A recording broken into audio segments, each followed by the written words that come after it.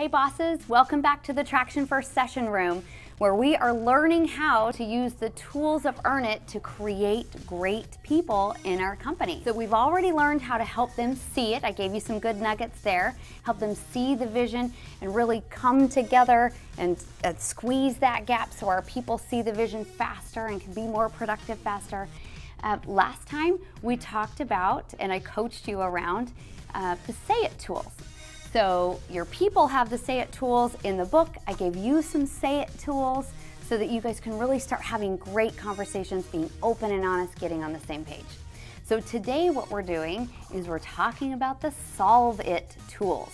So grabbing my handy dandy marker again, going over here to the whiteboard, one of the greatest, oops, technical malfunction here, that's all right. That's what happens here when you're working with One Blue Robot.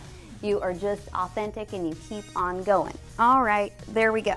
So one of the most powerful tools that we use in EOS, the Entrepreneurial Operating System, is how we teach leadership teams to identify, discuss, and solve their problems. Because most of the time, companies and bosses just like you, so if this is eye-opening to you, you need to read that book, Traction.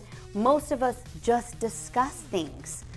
So I am really passionate about teaching leadership teams how to identify, discuss, and solve. But what I found after working with leadership teams, over 50 leadership teams, is that what's really powerful is when we teach our whole entire company how to identify, discuss, and solve. So in the Earn It toolbox, there's a great chapter in there teaching the employees, your employees, how to identify, discuss, and solve. So what is your part in helping them identify, discuss, and solve? Well, there's a couple of things that you can do to really help coach them around this. So let's imagine with me that we are trying to solve a problem. And because you're a great coach boss, you are helping them really identify. So sometimes employees get stuck in there's nothing we can do about it, or we have no choice, or we've tried that. And so here's a good thing that you can do to help them get unstuck out of that mode. And it's all about the words you use. So there's a distinction here that I'm going to teach you, and you can use this in all kinds of places in your life. But it's the difference between should and could. Should and could. So think about this. When I say to you, what should you do?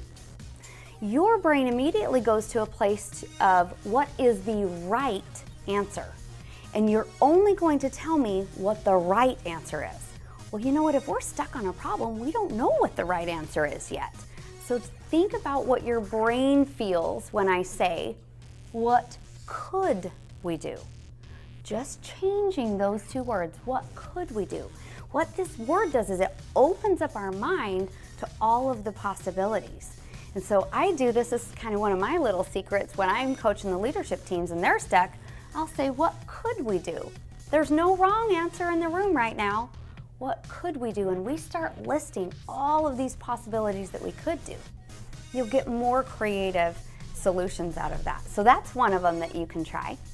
All right, the next one that you can try to really help your people solve more issues is, I'm checking my notes again because this is a good one. Oh, this is the best one. This is the fun one because that's what it's all about. You're asking your people, what is a fun way that we could solve this problem? Again, it's working with brain science. It's opening up that creative place in their brain. What is a fun way that we could solve this? So I have a fun little story about this because we're all about fun. Oh, let's see, is it a fun story or just interesting? We'll see, I'll let you be the judge. So last week I got 2 emails from 2 different CEOs.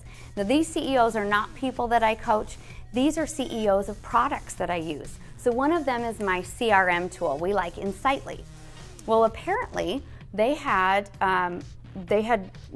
messed up, and so the CEO issued this email to all of their customers, which is a great, honorable thing for him to do. But the tone of the email was, we're so sorry, we don't want to screw up again, we want to serve you, you're our greatest client, but the tone was really, you know, we screwed up and we should have done something better. So I got another email from another vendor that I use. This is Optimize, Brian Johnson. Check it out, optimize.me. It's my favorite thing ever, Philosopher's Notes. Well, I had signed up to go to one of his conferences in September and he canceled it. And instead of saying, oh no, Jill, I'm so sorry and this is wrong and I should have never done that to you, should have never given you my word and then backed out on it, he goes, you know what? We found something better to do. And he just had this fun way of solving his problem. And I can kind of think he and his team probably said, what would a fun way be to break the news to Jill that we're not keeping our word, but to just create lightness and fun out of it. So even if you're a super serious company, go ahead and say, what is a fun way to solve this problem? It just opens up the possibilities to really help you identify the real issue and come up with some really great solutions. All right, I've got one more for you here. And that one more is, all right, I'm sharing some secrets with you here. It's called the pendulum. So the pendulum is when your people get stuck on, I don't know what to do. So kind of all of these are, but this is a good one. So what you're going to do in the pendulum exercise, so here's a pendulum, right? And you know, it swings from one side to the other, right? And what you're gonna do is you are gonna be in a situation where they're going around and around saying, we could do this, no, we can't do that. We could do this, no, we can't do that. They're going around and around with their solution. And so one of the things you can do is come up with a crazy solution. So let's say maybe we're deciding to install a new CRM. That happens to be really hot right now. Everybody's installing new CRM. So we're trying to decide, do we need to install a new CRM? And they're going around and around with, do we need to?